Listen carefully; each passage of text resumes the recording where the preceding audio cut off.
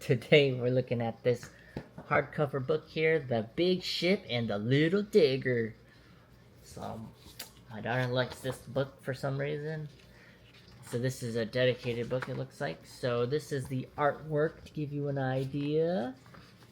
The big ship sailed away from China, loaded sky high with 20,000 shipping containers. From outside, each container looked like a plain metal box.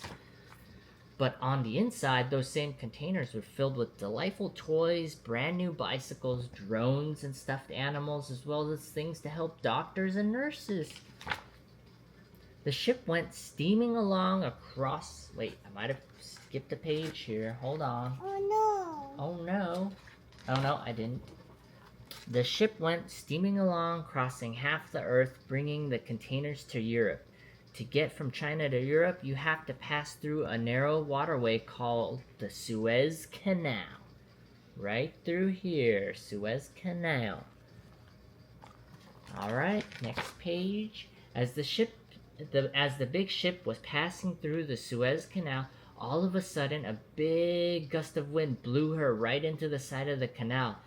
Try as she might, she was stuck. Now she was blocking the way for hundreds of other ships, and those other ships were getting angry because they had to wait. The big ship didn't know what to do and started to get worried. But then the little digger appeared by her side. The little digger said, "I'll dig you free." "Would you please? That would be great," said the big ship. All the world watched as the little digger dug, and everyone laughed at the digger.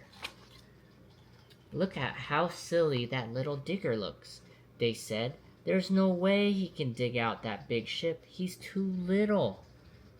But the little digger didn't care what other people thought. He knew that the big ship needed help, and that was the right thing to do, was to try his hardest.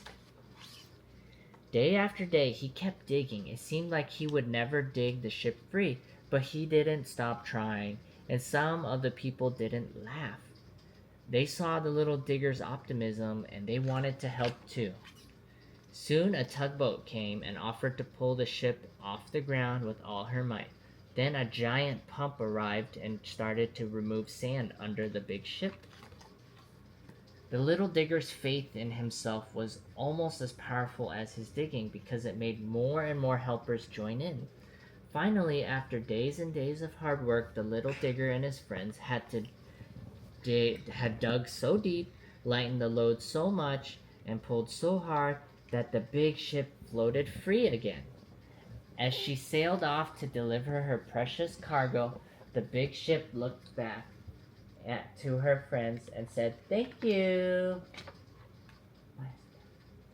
Now all of the other ships could go too, and everyone around the world who was waiting for their containers full of wonderful things rejoiced.